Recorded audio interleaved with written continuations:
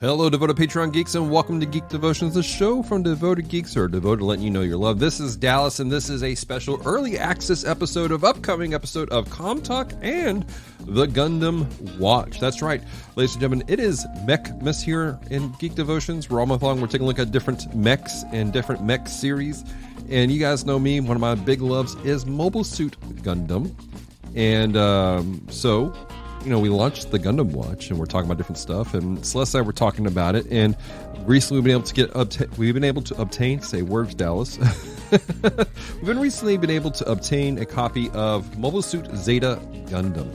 And so part of Mechmas is I'm going to be doing reviews on the entirety of the series as a whole, and I'm breaking it down into three chunks, into three acts, if you will. And these acts kind of fall along the same structure as the compilation movies, which is called Zeta Gundam, A New Translation. And so I'm kind of bringing it down like that. And so I thought it'd be interesting for putting it out there in a podcast form, reading through the article. And there's going to be a little bit of music here and there for some sort, just to make things a little bit nicer. So that's what we're putting out for you guys today. This will be hitting normal feeds here in the next couple weeks.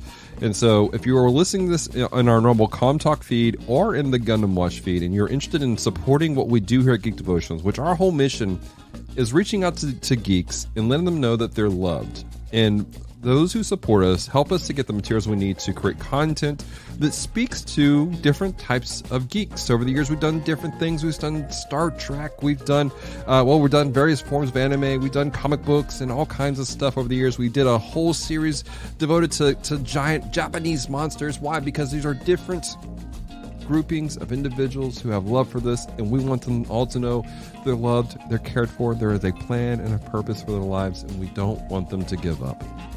And so this foray here is our stepping into not just anime, but those who are fans of giant robots, into Mobile Suit Gundam specifically. And so that's what we're doing.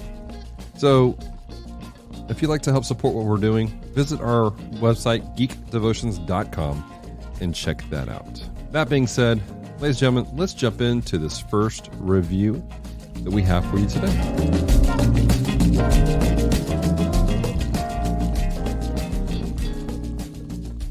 In 1985, Yoshiyuki Tomino released Mobile Suit Zeta Gundam, the direct sequel to the real robot anime genre pioneer Mobile Suit Gundam. Taking place 7 years after the events of the One-Year War, Tomino continues the story by focusing on a new young pilot in a brand new version of the mobile suit called Gundam. Over the years, Zeta has been called one of Tomino's greatest works and possibly one of the greatest Gundam series ever. But is it? Over the next month, we will examine Zeta and decide if this celebrated series is worth its hype. We will follow the example of the compilation series and break the series down into three cohesive chunks, and then a final overview review. For this article, we will look at episodes 1 through 14. Now, please be aware that there will be spoilers. Still, if you'd like to follow along, at the writing of this article, Zeta Gundam can be watched for free via the official Gundam.info YouTube channel and via subscription to Funimation. New, but similar. This series opens up, if you have the official version in the States, with a beautiful orchestratic theme song called Zeta no Kodo. This song, mixed with the visuals, set the viewer up for what should be a proper space epic. It carries tones of adventure, mystery, and hope while presenting gorgeously animated visuals of the series to come. Now, this version is a drastic shift from the original theme song, Zeta Toki wo Koete, which is more of an 80s pop song. Now, due to copyright reasons, it has been replaced with this orchestral track, which I believe to be the correct choice. The epicness of the newer intro better reflects the series than the pop music. However, it's interesting to note that the pop song mirrors the original series better. The mirroring of this original series is a running theme throughout Zeta. The first few episodes feel like a type of copy and paste of tropes from the first series to this. Both have a talented young man who seems to have heightened abilities. These young men both live in colonies and have a parental unit directly involved with the creation of a Gundam. Both series have a white base that acts as a central hub for the protagonist to operate out of. Even certain situations and story beats appear to be replicated. There are several parallels between the two series that can be drawn. Some of this could be a sign of lazy writing, a very understandable argument. However, I believe that this is an attempt to point out how humanity does operate in a type of cycle if they refuse to learn from the past mistakes and their victories. While there are many mirrored moments and story beats, there also appears to be a type of growth. If you were to go directly from First Gundam to this series, you'd see that things have taken a natural form of evolution considering the world that they've built. Since the end of the one-year war of First Gundam, a new military faction has arisen named Titan. This faction is power-hungry and ruthless. They appear to be less like the Federation that they claim to be part of, and more like the Zeon of old, whom they were created to destroy. So with this tweak in the post-war rebuilding stage, it makes sense for a faction of colonists. The Anti-Earth United Government, also known as AUG, would rise to fight.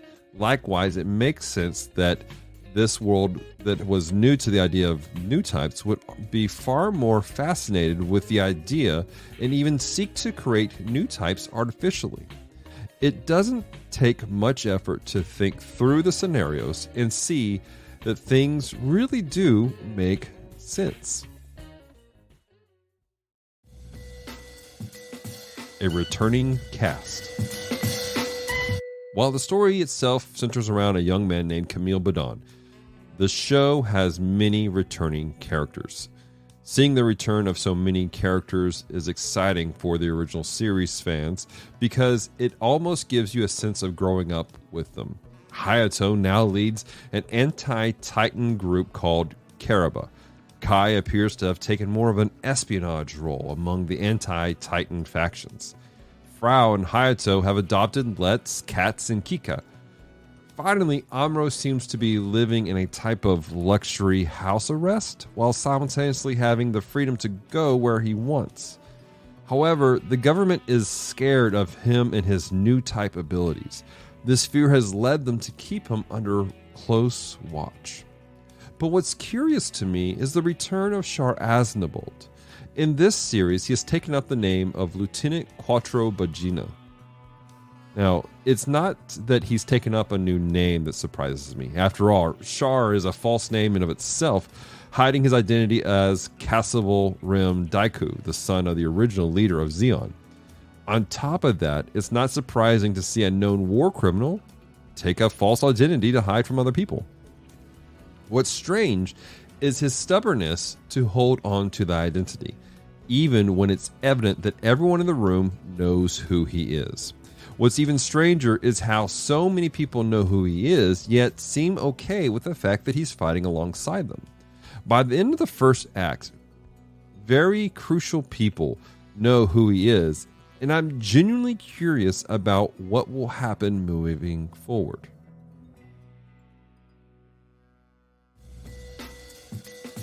Storytelling.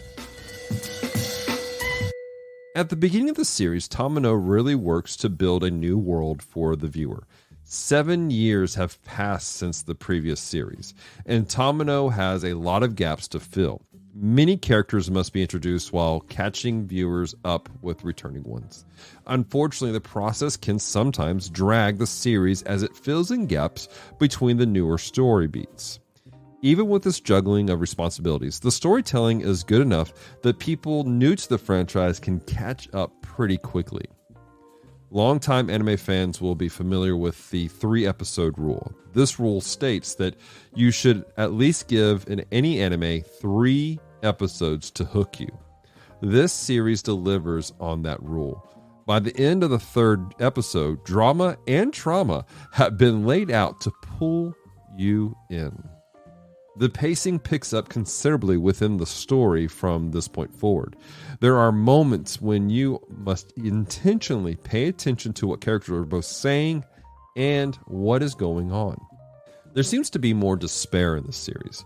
Whereas First Gundam always has this underbeat of levity, this series seems to take itself more seriously. There seems to be fewer moments of the characters catching a breath and recouping. There's always a next battle, a next existential crisis. This constant motion pulls you into the next episode after the next episode. The mechs. Let's look at some of the mechs found in the first 14 episodes. In these first 14 episodes, I've seen as many types of mobile suits as I saw in the entirety of First Gundam. I'm not going to bore you by going into detail about all of them. I do invite you, however, to check out the Gundam Fandom wiki page that goes into incredible detail about these machines. I genuinely love the fact that many of the suits seen are simply upgraded versions of suits seen in First Gundam. For example, the Hyzak is a natural evolution of designers taking the reliable Zaku 2 build and upgrading it using Federation technology. The Rec DS is heavily Zeon-inspired machine, but with other Federation advancements. Then, of course, you have the Gundam Mark II. Again, this is a vastly upgraded version of the First Gundam. I'm curious how Camille intends to upgrade it to the series titled Zeta Gundam, but even without these upgrades up to episode 14, I've enjoyed seeing this particular suit in action. However, the runaway star is the Haiku Shiki. Quattro Bagina pilots this golden mech, and it's a sight to be seen when it battles. In the final minutes of episode 14, you see it and the Gundam Mark II battling an enemy mobile armor. The way they animated the fight is impressive enough, but seeing the machine zip around was absolutely fantastic to watch. The only downside I have to some of the mechs I've seen in this first act is the appearance of two different mobile armors. To date, they've not really been impressive to me. While they are faster and seem to be more agile than the suits, their designs are simply unimpressive and bland. Final thoughts. Despite its slow beginning, I found myself invested in the series.